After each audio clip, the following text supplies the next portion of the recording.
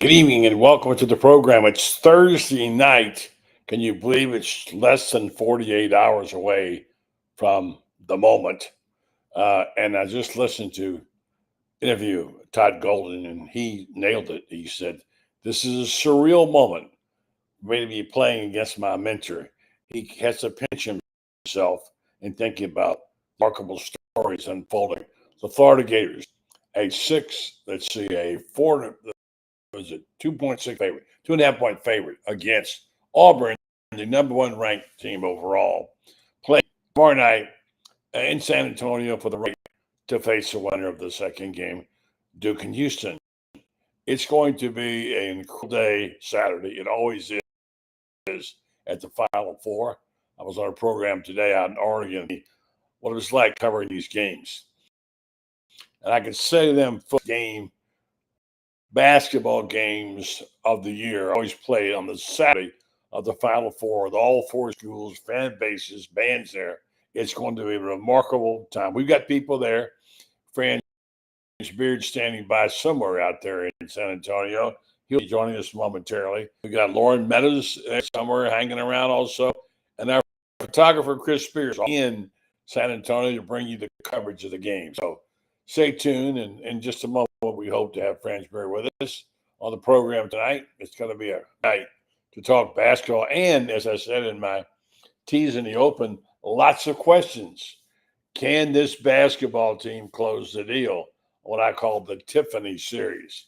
The Tiffany Series being it's golden and it's pearl, meaning those are the coaches. And see, it's going to be somebody's going to win a third game and hold an edge. And then can they close out the deal? And they do that, play the winner on Monday night. Most people are favoring Duke on that. So it's going to be a remarkable time. Then the question on the floor, which we'll talk to Ben Troupe about, this aggravating injury story that keeps coming back on DJ Lagway. I did some research on it today. I can give you a little more detail on it. We'll talk about that. And, of course, we love your comments here on the program, too. So come and join us and give us your comments and your thoughts right here on the Buddy Martin Show, live tonight from down here in Florida. And our guests are out in Texas. It's going to be a wonderful time, and we're going to enjoy your comments, your questions. Tell your friends and neighbors the Buddy Martin Show is on the air.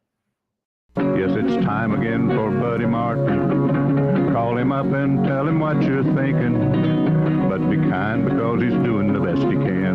Better, stronger, faster.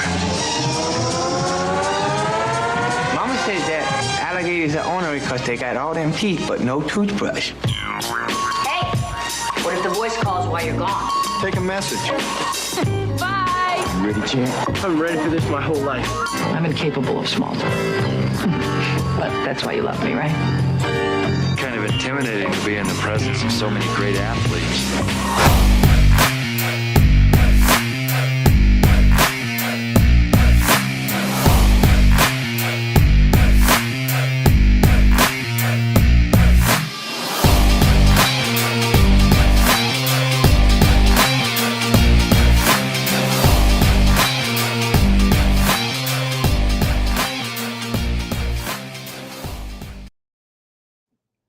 Evening and welcome to the program. Exciting night. We're rounding up our herd out there in Texas. Franz Beard is still trying to get to his room in his car. He'll be checking in just a moment. Ben Troupe joins us in about 15 minutes. We'll clear up a couple of things on the football program. And, of course, also we'll have Loren Meadows and maybe Kevin Brockway. We'll see. It's a busy time tonight. Let's go up to Franz Beard. Hello, Franz. How you doing? Well, I'll tell you what, everything's bigger in Texas, that's for sure. Since last time I was here, I didn't realize that Austin to San Antonio basically is one big city. I mean, it just never ends. But, you know, places, it's filling up. You got the coaches convention here. You got people coming in from all over the country. They are saying, Jay Billis is saying, this is going to be the greatest Final Four in history, buddy.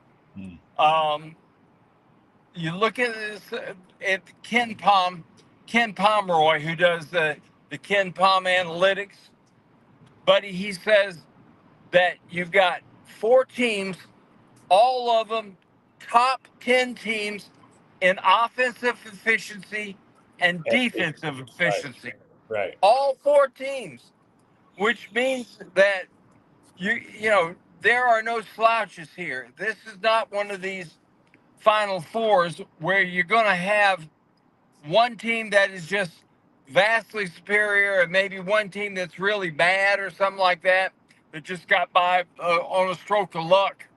This is going to be 4 outstanding teams, 4 outstanding coaches. And I got to tell you something. The guy I think is the most ready of all of them, and this is not a homer. This is not a Gator homer speaking. This is reality. The guy who is most prepared and the readiest for this moment is Golden. I got to tell you, buddy, I'm anything I've I ever think you been said convinced. Todd Golden. I think you said Todd Golden, but you dropped out. You said Todd Golden, right? Yes, I said Todd Yeah. Golden. I believe he is as ready as he's ever been for something. The moment is not. I think the best way to describe it is this: the moment is not too big for him, and I think that's going to pass on to the Gators. I don't think the moment is going to be too big for them. They're relaxed. They're ready. They are excited to be here, of course, but I don't think anybody here is overwhelmed by the circumstance that they're in. Nobody's overwhelmed by it. They just seem ready. Okay, here it is. We're ready. Let's go out there and get it on. I think they're more relaxed now at the Final Four than they were in San Francisco at the Elite Eight. I really believe. I just heard a long interview today that Todd did with the media there and talking about this team. Franz, you know this team very well. You covered them all year long. You've interviewed them all. You watched them play. There were times, and some of us were ready to kind of say, well, this team is not going to make it, that you didn't give up on. You kept hanging in there saying, no, I think these guys can get it done. And you believed in them. And now look at them in the last 10 games. Very confident. Todd Golden today, very, very honored to be in a position of being able to go up against his mentor. And he seemed composed. He said, Yep. Walter is built for the moment, that no matter where you put him in, he's ready for it. And just what you said, this team has always been ready. And they're a much better team than they were last year. It's hard to believe they're sitting here on the precipice of a championship, 2 games away, a team that's only Yep. getting better. And I think we agree their best basketball has yet to be played. Oh, buddy, there's no question about it. I've been told that the officiating will be different. I'm hoping that's true. That the guys they've got, they have the 6 best officials from this whole shebang. Now, I got to tell you, Florida has won in spite of the officiating, and because these guys have turned this into the first 4 games. You got to. I tell you what, you got to go watch. Got to go watch Stripes and see oxen and mud wrestling to find something comparable to what we've seen. These guys have just let it go. But here's what's happened by doing that, buddy. It has toughened this team up. There, you notice in these last 2 ball games, for example, all the physicality, and you didn't see people pointing fingers at the Zebras. You didn't see people shrugging their shoulders saying, what the hell? They just played on. And that's what's going to make this team successful here in San Antonio, I believe. The circumstance, they just play through it. And that, I think, reminds me most of all the things about them on the court that reminds me of the 04s. That's it. These guys were ready. The moment was not too big for them, and they just played through. They played through whatever the circumstance there was, and they just got it done. And that's what this team does. They aren't too excited about what's going on. It's just, okay, we got to play. Let's do it. And they do it. You hate to, buddy, we've heard that term, you and I, because we've been around a few blocks, let's face it. Between you and me, I guess we got 100+ years of sports writing between the two of us. And we're still trying to get it right. Yeah, and we're still trying to get it right, exactly. Yeah. But here's the thing we've seen over the years. We've seen teams that weren't ready for the moment, and then we've seen teams that were. The first Miami Dolphins team goes to the Super Bowl and just got totally dominated by the Dallas Cowboys. Yeah. The second time they go to the Super Bowl, totally ready for the moment. The moment was not too big for them. They were ready for it, and they got the job done in a very big way. And this, I think, is the key to what this team did. I think last year got them ready for it. They got in a situation, and the moment was too big for them last year. That was a Colorado team that even without Micah, they should have won that ball game. That game, right. Let me limited time before you get into a bad spot. Let's talk a little strategy for a second. What do they do about Janai Broom? And I understand he's okay. What's the strategy? Who guards him? Well, first and foremost is this: you have to keep him from getting his chest his shoulder, right shoulder into your chest. That's what they were able to do.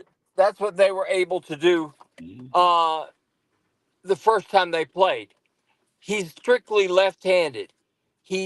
If he gets his right shoulder into your left chest, then into your chest, then your goose is cooked, because he can then use that left hand, and with his shoulder there, he has eliminated your ability to block his shot. Florida made him go to the right, which he's very uncomfortable doing the first time. He's got to be able to go to the left. That's the first key. The second key is this. It's going to be our two defensive guys, Elijah Martin and Will Richard. Both of them have to defend those wings, where Duke Miles and Tashad Pettiford are lethal. When Auburn can get you unbalanced and get one of their shooters on the other side of the floor, they'll kill you.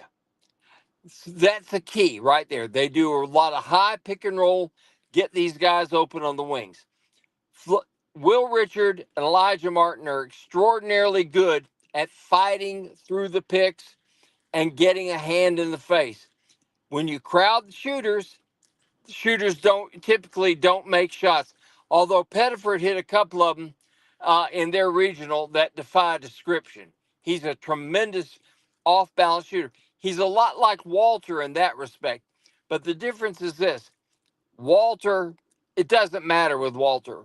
Walter, whether he's got 2 on him, 3 on him, however many, he's going to get a shot off. This guy, Pettiford, he's got to have space. And the same thing with Duke Miles. Duke Miles is going to have a long career in the NBA he's going to be what you call a designated shooter. He's going to get in the ball game with one thing, and that is let it fly. These two guys are the key to Auburn, because when they're hitting shots, you can't double up and you can't double down on Janai Broom. So that's got to be one of the real keys there. Uh, keep Broom from getting his right shoulder into your chest so he can use his left hand. Cut off that entry pass into him is another key. Uh, Broom likes to get the ball up at the top of the key or on the right wing and then swing around like this. And they give him an entry pass as he kind of curls around the foul line, buddy, and then goes down. Gets the ball. It's on the left side. Again, shoulder in the chest, left hand up, he scores. Got to cut that off. You got to make him get outside his comfort zone so so it's difficult to get that entry pass where he likes it. Well, he'll get a couple of guys will be covering him, I'm sure. Yeah. And doing the back committee. The other thing is that Florida got off a bunch of threes and made them against Auburn there in that win up there. Well, by the way, they led by 21, in case people forget. They won by 9. And so what do you see there in terms of Florida starting off with the bang? Well, I'm going to watch them very closely at the open practice they have tomorrow. They're playing in a dome stadium, as you know. So the sight lines are different and stuff like this. Florida's got, a lot of teams come to these big domes and all of a sudden great shooting teams suddenly become bad shooting teams. I don't know if you remember, there was a game, I think it was Villanova in Virginia in the playoffs. I guess you got to go back 6 or 7 years ago. But both of those teams shot the ball poorly. I mean, it was a terrible, terrible game from the shooting standpoint. What the Gators have got to do is this. You can't rely too heavily on the three in a dome stadium. You've got to work in. You got to get good shots. You cannot forget that a 2-point layup is better than a 3-point miss. But if you got to when you're making it, you're going to take it, obviously, because they can all shoot it. By the way, just a note here, Franz, you're out there. I know tickets are impossible to get. Here's a little note. Our partners up at Ernie.com and making an account. If you want to enter, if you are now already a member of Ernie, which I asked you to do earlier, they're giving away 4 tickets. 4 tickets. Wow. To the championship game. 4 tickets. I don't even want to know how much they're worth, okay? You got to sign up. Bennett says sign up to win. I guess you go to Ernie. Go to Ernie, Ernie.com, and sign up to it and make yourself an account and sign up. And those people are going to buy somebody 4 tickets. Drop a post if you can. And Brendan, thank you for that information. So, I mean, I don't know anybody getting 4 tickets to this thing this time of year. Now, this is. I don't either. But I'll tell you what. If you're a Gator fan and you're looking for tickets, call Bobby DeLessio.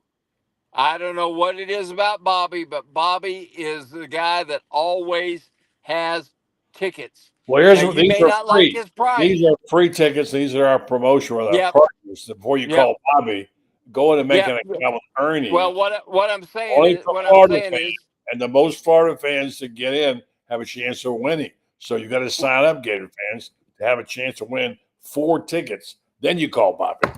That's what I'm saying, buddy. This is free. You can call Bobby, and you got to pay Bobby's price. Bobby's a good man, but you're going to have to pay his price because he's buying them from somebody else. Yeah. This is free. This is free, and I got to tell you, it's a great, great opportunity, and buddy, I just agree with Jay Billis. I think it's going to be a Final Four to remember. If nothing more, a Final Four in which I believe the Florida Gators are going to hoist the big trophy, and they're going to be singing One Shining Moment. One of my great memories of all these years that I've been writing about basketball, one of my great memories is watching the 04s sitting on that stage and watching Corey Brewer with tears coming down his face, mouthing the words to One Shining Moment. Yeah.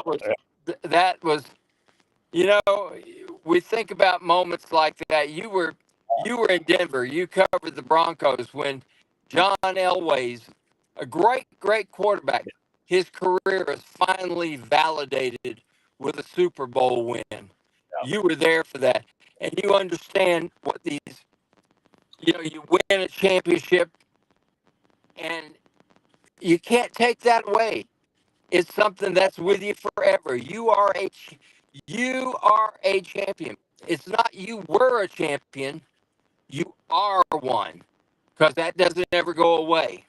You are a champion, and this is what I think is so big about what's about to happen here with this team. I think this team has what it takes, and I think they're going to make it all the way. And I think they're going to be able to walk away from this saying, we are champions, and they'll be champions for the rest of their lives. All right. Well, I'm going to do this now. I know you're getting close to your destination. Ben Troupe joins the program. Ben, good evening to you. And we're going to do this commercial and come back. I'm going to get one football question in. People think it's heresy to even bring up football during this time. But I want to ask you a question about a story that Brendan brought to my attention about Lagway. I've done some research on this, by the way, and what the situation is, and about the story that's breaking again on Lagway. But first of all, let me tell you about also some champions. That'd be the folks at Meldon Law. I know out there somewhere, Jeffrey's having the time of his life. He enjoyed last weekend. I'm sure he's enjoying it here, but he's a serious dude, and he could be your lawyer if you want him to, and you have somebody in his office can touch you. Call him or go by and see him. There are locations to serve you and all over North Central Florida, including Ocala and Gainesville, Meldon Law. And also, while you're there, check out their Facebook page because they're giving away all kinds of great things. Meldon Law, they won't back down. Good evening, Ben. Good evening to you. And Franz, let's get with this question before we let you go. The story today resurfaced about the injury to DJ Lagway. It comes out of Mark Long. He restated it again. Brendan called to my attention this morning on the 1010 XL about the fact that he's going to have surgery at some point. Mark Long is not going to print something he didn't have a good zone. I did a lot of research on this. I've checked out his sources and stuff. He's got something going on. However, having said that, I also talked to Dr. Pete Indelicato today, former team doctor. He informed me that he's not attending to this particular injury, the shoulder injury, but he's aware of it. And he says they called in experts around the world to address this. He's been in an extensive rehab program for 2 months, and they won't really know anything about it until later this summer. He does not expect it to hold him out, but he, as you know, he is not participating in any practice drills in terms of throwing. Ben, what have you heard? What do you know? I haven't heard much. I mean, they've kept it close to the vest. I mean, obviously, it's something a lot more significant that people are giving credit for because he hasn't participated in the spring. But I mean, what else are you going to do with a guy as high profile as DJ? That's the thing about when you got a high-profile quarterback like that. You're trying to protect him. You're trying to protect the team. You're trying to protect – because the first thing, if an injury comes out, they're going to start asking players about it. And, obviously Billy Napier, he's paid to talk to the media every day. But this is what I don't get. If he's going to need surgery, just go ahead and get the surgery. If he's not going to participate in spring, which let's get it, spring is spring, and we don't even know how long it's going to be. You're even going to have spring games at this point. Let him get the surgery. I get it when it comes to protecting the player, the brand, the image, the reputation, these preseason polls and all. It's March. Well, it's April now, but it was March when all these things were going on. If he's gonna need surgery, which he obviously is, get it done. It'll be a 72-hour news cycle about DJ this and DJ, and then it'll go away. And then he can get back, because I think the thing about DJ is if he know he needs surgery, it's weird for him to be suiting up for scrimmages that he's not going to participate in, practices that he's not going to participate. It's like, dude, let him go get the surgery. And we don't know how significant it is. We don't know how much, but we do know that it's not significant enough that he's gonna miss time in the fall. But the spring is the time for you to get better, to get all those nicks and things taken care of. So that's the part that I don't get. Billy Napier, look, you're coming off an incredible season last year, 8-5, 5-0 with his freshman quarterback. Going into the spring is a lot of hype. Well, guess what? He hasn't participated in it. Let's let Franz get in his house here, and you and I will keep on talking about this. Franz, he, by the way, could not have the surgery in time to be ready in the fall. They didn't find out about it until February. So that's Brother Ray. What have you heard, if anything, Franz? You got it. But here's the thing about that we don't know. We can't hear you. As you know, buddy, I have had shoulder issues in the past myself. Yeah. And we don't know what it is. If it's maybe he's got a little spur in there, that's quick and easy. If it's just maybe tightening things up a little bit. We can't hear you, Franz. We can't hear you. You're breaking up. But I get what you said. Bone spur surgery. Let you get in your house. We'll catch up to you tomorrow. Enjoy the game. And it's going to be fun. I'll see if I can get better, okay? Okay, that's fine. All right. Thank you. Great. All right, Franz. Great. All right. So Ben, continuing on that conversation, a lot of people dismiss that as saying, well, what is Mark Long? No. Well, Mark Long is a lot. Mark Long is a heck of a reporter. Mark Long doesn't make things up. And the Gator Nation, people who get mad at him, you got to understand, his job is to write the report and write the news. I've checked further into this today, including the Dr. Delicato, who gave me his view. He's not attending the case at all. And he explained to me why he was optimistic about it, knowing this. But I also found out in the meantime that Mark Long's sources, that's all I can say, are impeccable. He has the highest source you can get on this. So he's not making it up, Gator Nation. He's not trying to make it rain on your parade. The fact is he does have an injury, and it may be able to be corrected by rehab, and it may not. And as you know, those things are tricky, especially things like shoulder spin. Yeah, but buddy, the thing about it is when it comes to college athletics that I'll never understand is people. You got all these experts, you got all these analysts, you got all these coaches, you got all these assistant coaches, you got all these trainers, all these grown men making a decision about this young man, and nobody decided to say, "Hey, DJ, what do you want? What do you want to get done?" Because sometimes, buddy, when it comes to these decisions, yes, they aren't easy. As a person that dealt with injuries in college, injuries in college always come down to who is injured. If this is a player who's about as significant as a DJ Lagway, these aren't going to be easy decisions to make. But as tricky as these injuries are, the quicker you get the surgery, because here's the thing: you keep on waiting so long, all he can do is rehab. Because if you do a surgery, it might push it into the season. I just think that sometimes we overthink it. Sometimes we overdo it. DJ is obviously injured. DJ has not participated in the spring. If this spring football is not the end-all be-all when it comes to football, we understand there's a chance for players that didn't get a lot of playing time the previous year to show how better they've gotten or not this time around. It's for guys, like VB3 and those guys who obviously enrolled in January to get to participate in a spring, right? Up the spring before freshman year even begins. But if your best player, arguably on offense, best player arguably on the team is not going to participate and he needs surgery, let him get the surgery.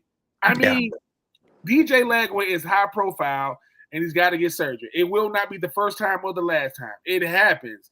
But the longer you wait, the more you make the options, lessen, because you wait too long, he can't do nothing but rehab. I broke my foot going into my second year in the NFL, and they asked me, "Hey, Ben, do you want to get surgery or do you want to just rehab?" And they said, if you get surgery, you'll be out for, 6 weeks. If you get rehab, you're going to be out for 12. Surgery, and I still got the freaking screw in my foot to this day. So I don't get that you're kind of forcing DJ to just live with whatever decision is made when maybe he could have already had the surgery. He would have already been rehabbing. Well, but they didn't know about it until February. That's the thing. So and that puts them already. They can't afford to have him not be there in football. Let's get Franz's final thoughts here, and on this matter. We hear you now, Franz. I think. Go ahead. All right. Well, I've had shoulder issues myself. I've had rotator cuff surgery. I had a bone spur removed. I dislocated my shoulder, if you remember, back during the summer last year. I know about it, and it's a painful thing, but it's not one of these things that lingers forever. You rehab it, and when I had my rotator cuff, I thought I had really good range of motion after 3 weeks of rehab. So I don't know. We don't know the extent of this thing. And my guess would be that if they did not know about this until February, it's probably not as serious as people would think. And maybe it is something less simple as getting in there with the arthroscope, clean up some bone spurs and little fragments and things like that. And as Ben knows, things like that happen because this is a collision sport. Yes. See, very large people run into other very large people, and the collisions are like two big trucks hitting on the interstate, and so we don't know the extent of it. And to this point, it's wrong. And Ben, I think you would agree with me from what you said. They have not accomplished anything positive by not getting this out. They could have said back in February, hey, he's going to have a little bit of surgery. We're going to rehab him. It's not serious, but we're going to keep him out there in the spring. We're going to give Harrison Bailey all the reps, and he'll need them anyway. And everybody will be good in the fall. No, that would have been so simple.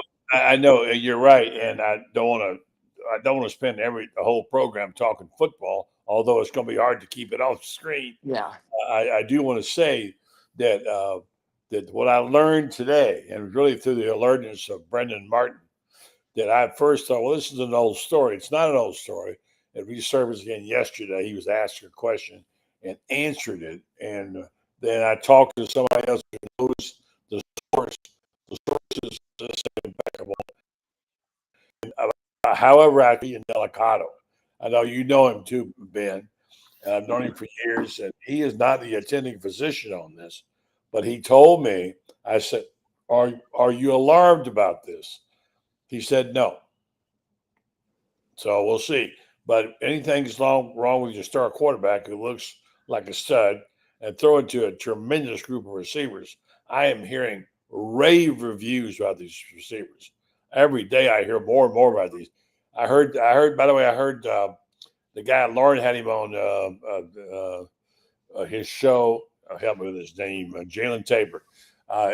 So he's been working out, watching. He said he thinks that the three freshman receivers are good enough to all start this year. He thinks they're amazing, and he says Trey Wilson, forget about it. He's off the charts. And this, and there's more. So that's great news. And boy, sure would be nice to have that QB in there, guys, pitching the ball to them. Well, what would be nice, buddy, would be a little more transparency so we could really get the word out about these kids. And look, it is basketball season, and I'm on a plane this morning, and people are. Nobody wants to talk football. Everybody wants to talk basketball. I know. All right, let's talk basketball then. We haven't got Ben waiting. Ben hasn't weighed in on basketball. Ben? Well, here's what I'm going to say. I believe that Florida is going to win the national championship. I believe Florida is going to go out there and beat Auburn. I don't know that it'll be a blowout. Don't know if it'll be a close game, but it's going to be a good basketball game. And I think Florida is going to win it because of the people we bring off the bench. Now, Auburn has depth too, but I don't see their depth as good as what we see Florida. I think they've got really one good guy. If you get Cardwell or Janai Broom in any kind of foul trouble, then Auburn's in trouble. Whereas with Florida, Chinelo gets in trouble. Okay, we'll bring in Micah off the bench. Tommy Hawk. I got to tell you something, buddy. Tommy Hawk. Love Tommy Hawk. Love it. He is. Is that the epitome of what a college basketball player ought to be? Yeah. Ben, who's your favorite player, Ben? Who's your favorite player in the game? Obviously, I love Elijah. The way he plays, but I like the way that Denzel, I like the way he's making his presence felt. Because when you got the three guards that we have, you ain't missing much. But Denzel is showing, look, man, I'm not gonna be, what Walter Clayton Jr. is. Who is? I'm not gonna be what Elijah's gonna be. But I just think that the energy that he brings, just like Franz was saying, Coach Todd Golden makes sure you do one thing when you're out there. You're going to give great energy or you won't be out there. Because the thing about this Florida team is it's not like we got to the Final Four. It wasn't easy. That coach that came out and said that's why it's so important to be a number one seed because your road to the Final Four is easier. No, the hell it ain't. I don't know who told you that when you look at some of the teams you're playing. But I think the thing about Florida now is we've seen them win in so many ways. Certain teams, they win a certain way. And if you take that away, they can't win. Florida can win in a lot of ways. Sometimes they make it a little bit too exciting for me. But I just think that when you look at a mixture of, transfer guys, veteran guys, finding ways to be, role players on this team, they have everything you need. And they got a player in Walter Clayton Jr. that his confidence flows throughout the whole team. I've never seen forget it. People say he's a big shot taker. No, he's a big shot maker. He makes them more than just taking them. And I think the thing about what I see the most when it comes to Florida is, man, they really, really poise and they believe. It's something about the way they play. And when you got a bunch of guys that believe, when you got a bunch of guys that say, look, as long as it's on this clock, we got a shot. Now, Auburn, I do agree with Franz. They're not going to just lay down. Give Blue Pearl a lot of credit for what he has done at Auburn in a short amount of time, that he's been there. So that I don't expect them to just roll over. But I think Florida, people say they're a bad matchup. Well, UConn was a bad matchup, right? Texas Tech was a bad match. Everybody Florida plays is a bad matchup. Everybody they play. Yet, Florida finds a way.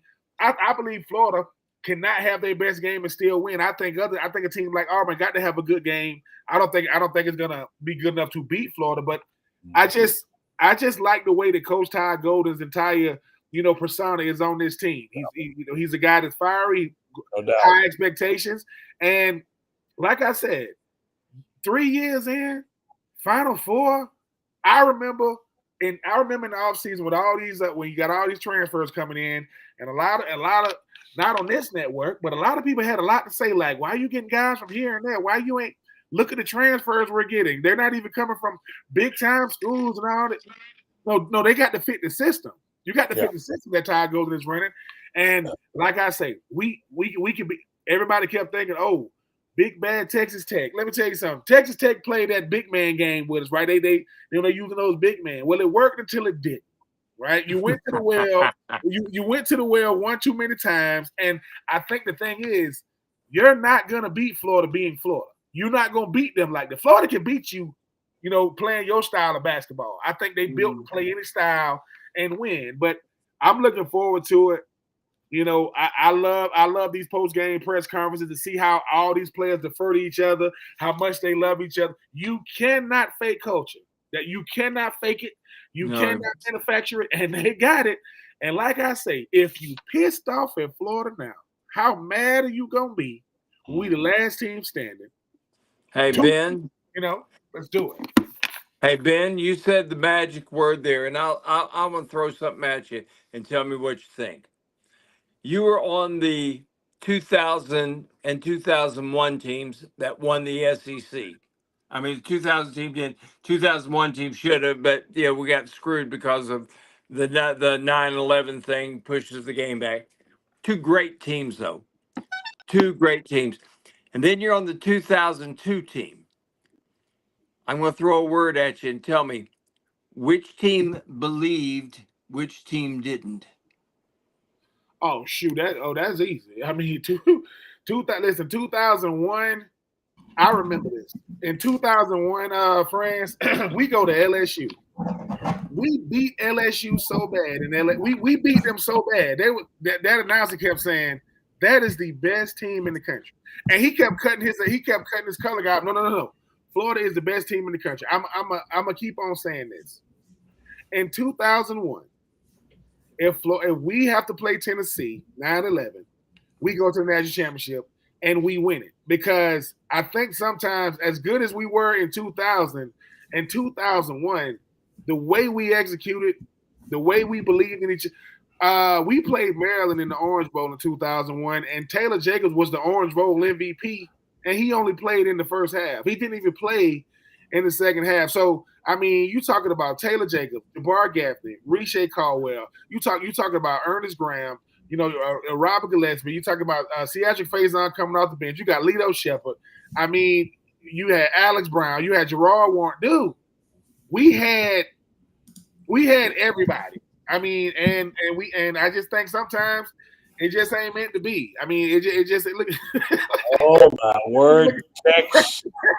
This was given to me today. You got to pull it down. It's a little too high on your head. Well, I don't know if I got it on right. Yeah, I think I had it on right. Yeah. You got to pull it front down a little bit. There we go. Now I got to fight it. You weren't it too high on your head. Yeah. So let's leave it to Loren right there. He came in to see the comedy show. So Francis got his Texas outfit on. Oh yeah, he ready to roll. I ain't mad at him. I'm ready to get up out of here too to go get after. And let me get you real fast here on this before you, Franz, you got to go too. But Jason Rashada is set to go on an official visit to Western Kentucky this weekend. Wow. Follow. He'll have Georgia January entered the assembly transfer portal, began his career at Arizona State in 2023. Things have changed, huh?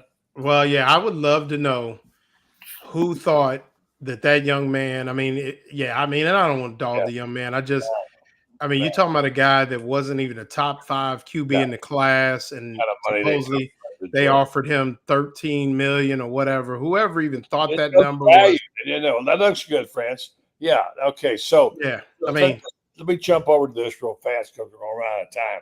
Go ahead. You've said this, Loren, a number of times, and your guest, Jalen Tabor, on Tuesday night, raved about these young receivers. In fact, said they could start 3 freshmen. Yeah. You guys. They're so good. And he talked about how terrific they were. Of course, they got J. Michael Sturdivant also from UCLA. Mm-hmm. But Vernell Brown, Dallas Wilson, Deshaun Montgomery raved about it, particularly Trey Wilson. He thinks he's at another level. Can you just share a little bit about that? Yeah, I mean, Jalen, former defensive back. We all know him as Tease Tabor, had a great career at Florida. Really nice guy, but has been waxing poetic about these young receivers. I mean, you talk about Dallas Wilson. Obviously, we know Vernell Brown III, Deshaun Montgomery, who's another good-looking kid. And then really the return of Trey Wilson, a healthy Trey Wilson who, is going to look to make his mark now in his 3rd year in the program. And just when you hear the DBs and others just talk about the ability, and I think most of you got like Dallas Wilson, who is built, like he said, like a junior. I mean, when he walks by you, he looks like a college junior. I mean, guy that's been in the program 3 years, moves like it.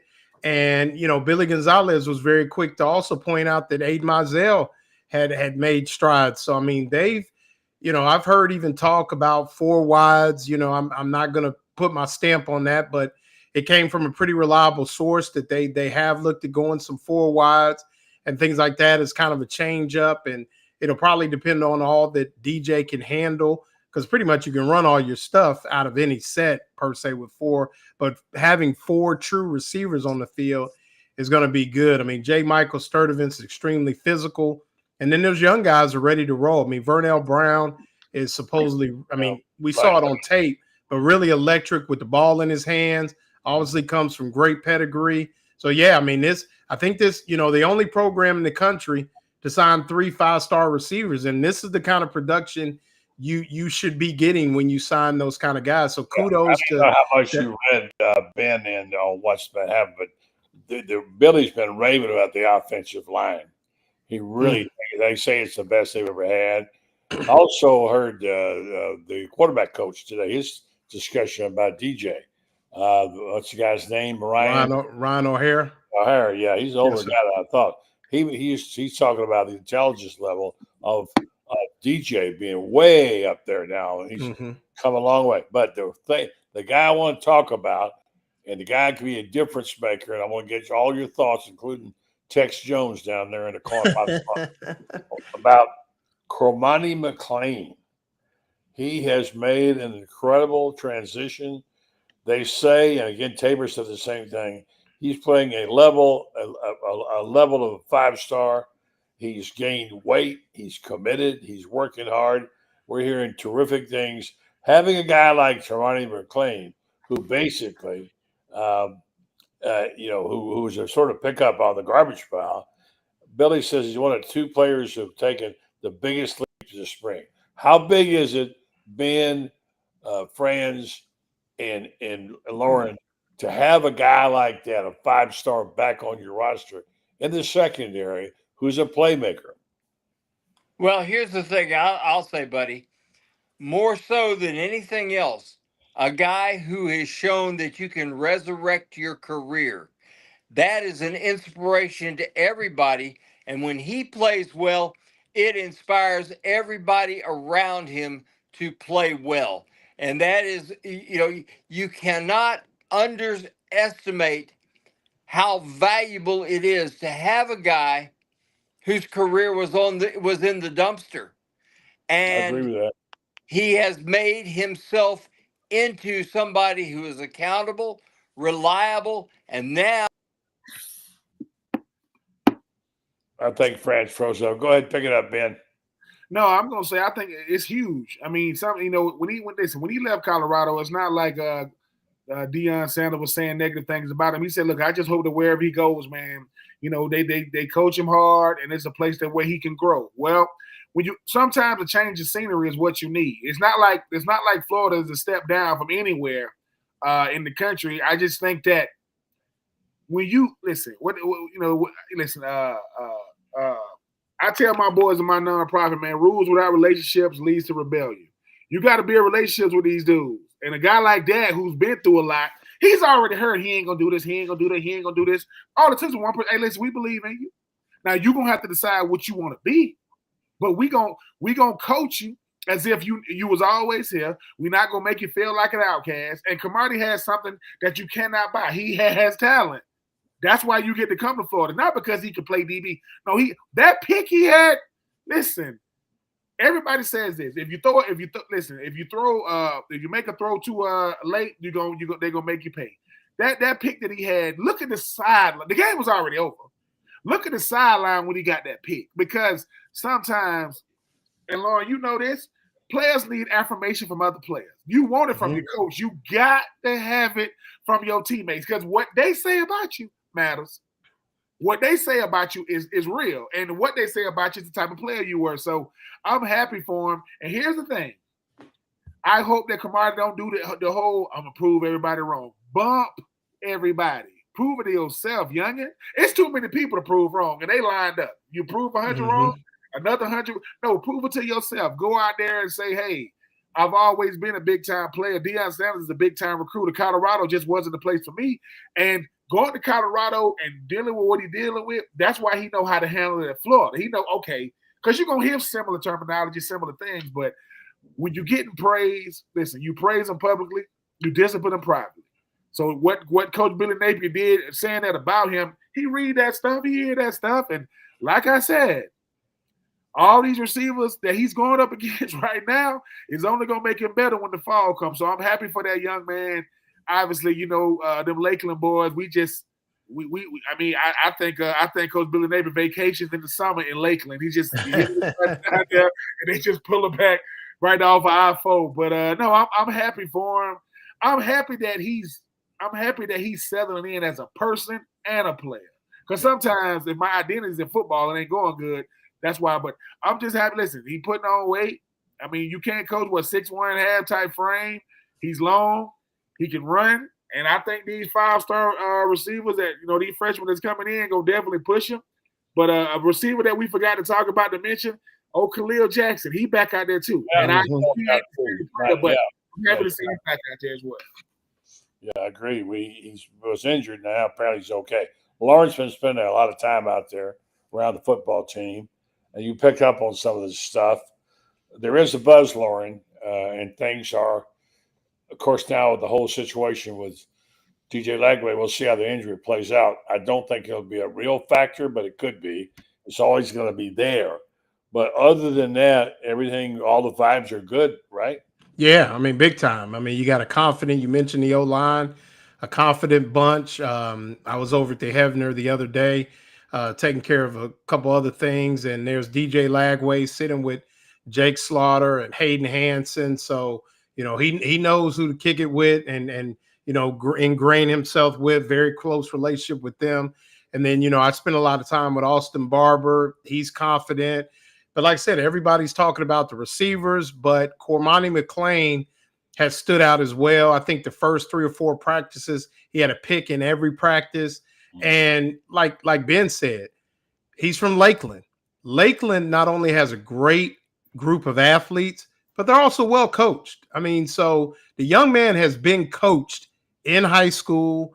Whatever happened in Colorado, you could take that a lot of different ways, but he's here now. He's bought in and seems to be doing everything they've asked of him. Kids need to mature. They're 17, 18, 19-year-old young men.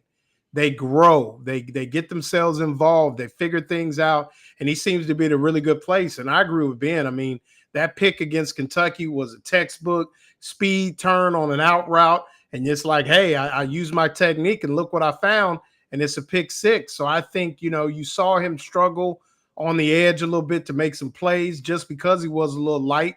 But now he's even gained that muscle and gained speed. And, I mean, he's going to be big time because they got some dudes now. Devin Moore, Cormani McClain, Dijon Johnson. They're going to get those safeties back healthy. This is a defense that if they can get themselves lined up and play free, and I think the D-line is going to be better. The edge guys are phenomenal, and they're going to create some opportunities for them to go get some balls. So, I mean, Cormani McClain is going to be right in the middle of that, no doubt about it. Yeah. All right, so we're going to do one more football, and then we're going to go to finish off with basketball tonight. Since in about 48 hours, we'll kind of get an idea of what's going to happen to this basketball team called the Florida Gators. And it's, for us, a Cinderella season. Unexpected they'd be in a situation. It's really fun to see them play like right now. We're excited about tomorrow night. It's nerve-wracking, though, Ben, to watch this team. That gummit, you got to walk around, don't you? Yeah, but I think it wouldn't be Florida if it didn't go the way it went, right? Like, I mean, we got really, really spoiled in the regular season, the way they played, and we were talking about their ability to bounce back against Mizzou, their ability to bounce back against Georgia. You didn't win the regular season, but you win the SEC tournament. Look, Jay Billis is a guy that, Jay Billis likes 2 things. He likes basketball, and he don't like coaches that talk about the transfer portal, and as soon as they lose, they're going to another school already, right? The college, the head coach portal is always open. It's open right now. But this Florida squad, they did it the hard way, right? I mean, Bobby Hurley, he's still talking trash right now. He's still pissed off about that loss, right? As he should be. But I just think that most teams only can win one way. Florida can win a lot of ways, right? Now, I don't know how many years it's taken off our lives when we watching these games. But I think the thing about it is that Texas Tech game, I mean, it's just hard to believe they pulled that thing off because down 10 points. I mean, and the thing about it is Florida. Listen, sometimes you have to just awaken something in them boys, and they do it by committee. I know Walter Clayton is going to get most of the love, but they do it by committee. And when they get it done, if you're Texas Tech, this could be something that derails your program for years. When you go, dude, I just don't get it how they was able to do it. But we here, we got a familiar foe. Yeah. Bruce Pearl. Listen, Bruce Pearl knew this. Hey man, I don't listen. If we gonna do this thing, them boys, I know we were orange and blue, but they were orange and blue too. In Florida, they dead. Bruce Pearl gonna be real complimentary. He gonna play the mind games with the media. He gonna say all the right things. But at the end of the day, I believe Florida respects everybody. They don't like nobody. They don't like none of them. Cause let's face it, we ain't the media darling. We ain't. They got Cooper Flag over there. I get it, but I like our chances, man, because the SEC was far and away the best conference in basketball. Not about 30 years. We had 7. Did we have 7? Did we have 7 in the Sweet 16? 17 in the Sweet 16? They had, is it 7 nights? 7, yeah, 7. They got picked 6, and then we had All right, I'm gonna do this. Here's our exercise. Sometimes you just get a feeling about a player or a dog at a dog track or a horse at a race, and you hear a name, you think, man, something tells me this guy's going to be involved.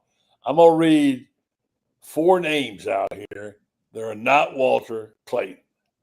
I want y'all to sort of meditate on those 4 names. And I'm going to do a spot on Titan MRI. I'm going to come back. I'm going to say, what 2 names stuck with you or gave you that feeling about something special, all right? Not Walter Clayton because he's too easy. But here are the names. Are you ready? Okay. Ruben Kimberly, Denzel Aberdeen, Thomas Hove, Elijah Martin. Pick 2. I'll come back. Tell me what you think about them, all right? Meanwhile, I'm going to tell you about Titan MRI.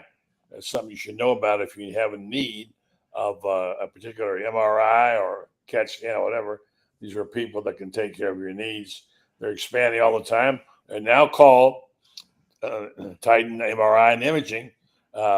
Joe Colorio, I should say it right, Colorio, started Highfield MRI in 1997.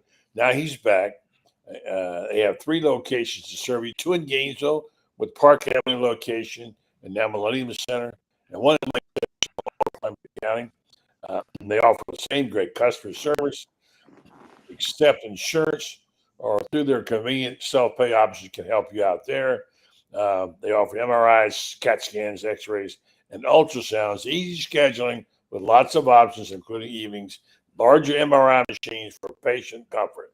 So if you need an MRI or CAT scan, I heartily tell you, go to see them. Titan MRI and Imaging, located now in 3 locations, soon to be 4, going open in Marion County. Titan MRI and Imaging.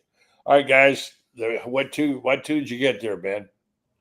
Obviously, Thomas Hall and Elijah Martin. Thomas Hall is going to be. It's one of the best stories in college basketball. The way in which he makes himself available, the way in which he's playing the game. He had a lot to do with that Texas Tech game, right? Elijah Martin is only 6'2". He plays so much bigger than that. He is only 6'2", and sometimes, man, when you are a transfer player, you think, hey, man, people just think I'm a fill-in. People don't think I'm gonna make much of an impact. People thinking, why this dude? Why? Elijah Martin doesn't like rims. The way he don't. The way he be dunking, man, I'm like, he plays with a tenacity. Like, he plays with the edge and say, look, fellas, we don't deserve to be here. We earned this, man. What you talking about? So I'm gonna go with Thomas. I think I don't know who gonna play these dudes in the 30 for 30 or the E60 or the Netflix whenever it comes out one day. But I said earlier, I know I picked up, but I love Denzel Aberdeen to find a way to find a way. Well, who you gonna pick? You can't have them all. I'm sorry. Thomas and Martin. I'm gonna go with Thomas in the line. Yeah. All right, Thomas Hoff and Elijah Martin. Well, yeah. I don't want you to pick. You can have one of the same, but that's about it. Oh, I can't. Okay, well then I'm gonna go. Give me Denzel Aberdeen. Obviously, I like my man Denzel Aberdeen. I think and to our listeners or our viewers, they will wear blue all the way through. They're gonna wear the blue, no matter what, blue uniforms. They first time since 1997 they're gonna wear all blue. Yeah, but I'm gonna go Denzel Aberdeen, and then I will piggyback off Ben. Elijah Martin. Aberdeen, has kind of been a forgotten man all his life in some ways. He played with Riley Kugel in high school, another young man who ended up going to Kansas, whose name escapes me. He was the third guy on that team, despite going to Florida. Kind of fell under the radar at Florida, but it's like Ben said, found a niche for himself. He's about 6'3", 6'4", which really helps him defend at a high level. Great leaper. Confident to make the big shot. And then Elijah Martin, I think now he will set in his mind, I got to finish what I started. I went to the Final Four at FAU. Mm-hmm. I want to know what it tastes like to get to that final and win it. So I look for him to play extremely well. There'll be times I'm sure they'll put him on to Hyde Pettiford. He'll mix and match on Chad Baker Mazzaro, on Kelly. They'll kind of throw a lot of different people at it, but he will be that guy to kind of steady things on that defense on the perimeter and go from there. So I think that, those two for sure. If you obviously the obvious Hawk, Denzel Aberdeen and Elijah Martin, because when they come with that lineup that allows Walter Clayton to play off the ball with Denzel running the point, I think there's really a shift there, and that causes a lot of issues for teams, because then they come back with either Will Richard or Elijah Martin. It's a different tempo, and they can play both ways extremely well. So definitely those two, Aberdeen and Elijah Martin. Having said that, at least somebody we didn't mention. I was asked today on a show in Portland, Oregon, said, can you give us an unsung hero? I said, no, because all 10 of these guys are sung. They can all beat them. I mean, it's perfectly possible that Sam Alexis will come off the bench and be a star. Yeah. The winning shot could be hit by Urban Klopp. I was going to say Urban Klobuchar. I mean, could he be a guy to knock down 2-3 straight threes? Absolutely, bud. And these guys are capable of doing this. I mean, it's so much fun to watch this team. It's going to be an exciting weekend, guys. Enjoy the game. Stay out of trouble. Loren, you headed out there, aren't you? Headed out there? Yeah, I'm leaving tomorrow morning. My flights are a little different. I'm gonna try to fly, maybe get on a standby flight a little earlier, but I have a evening flight tomorrow out there. But I do want to say, buddy, I know you'll let me do this. Shout out to my wife, my lovely wife, Marcia. It's her birthday tonight. So birthday today. Marcia, so birthday. Some of our viewers know Marcia. So you kidding me? Definitely. Everybody knows Dayclo. Yeah, so it's her birthday. So finish up celebrating with her. We had some company this weekend or this past few days, so it was nice. And one of her friends. What you buy her, a diamond ring?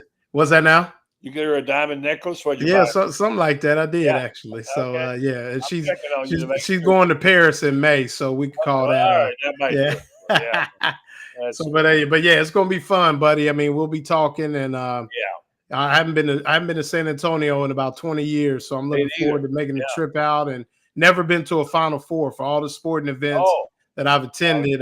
Saturday? Super Bowl and the Final Four are two of that I've never attended yet. So I cross that off. There's nothing like the Saturday, the Final Four. Yeah, one of the that's top what they say. Things. Hope you do and hope you enjoy it. Ben, I guess we'll stay back here and support the home team. Oh yeah.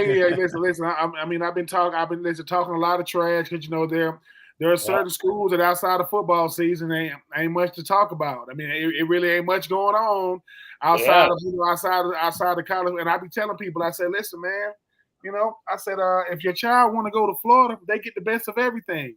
Listen, and I don't know if Coach Finn has had a baby yet. If she haven't, you did. Yeah. No, she had it. Okay. Yeah. Well, listen, congratulations to Coach Finn. I wish we could have, still brought it home for her, but incredible season by the Gator women's basketball squad, man. Still went out there in spite of Coach Finn and played their hearts out. But Coach Finn, congratulations on your new baby boy. We're going to be watching no matter what. That little boy, he probably came out the womb, crossing somebody up. Who knows? Yeah, dad is tall too, so yeah, it'll Okay. be, yeah. So all right. All right, guys, take care. Enjoy the game. We'll talk to you over the weekend. All right, gentlemen. Take Yes, care. sir. Thanks, guys. Good job by both Loren and Franz and our team. We're not able to get a hold of Kevin tonight.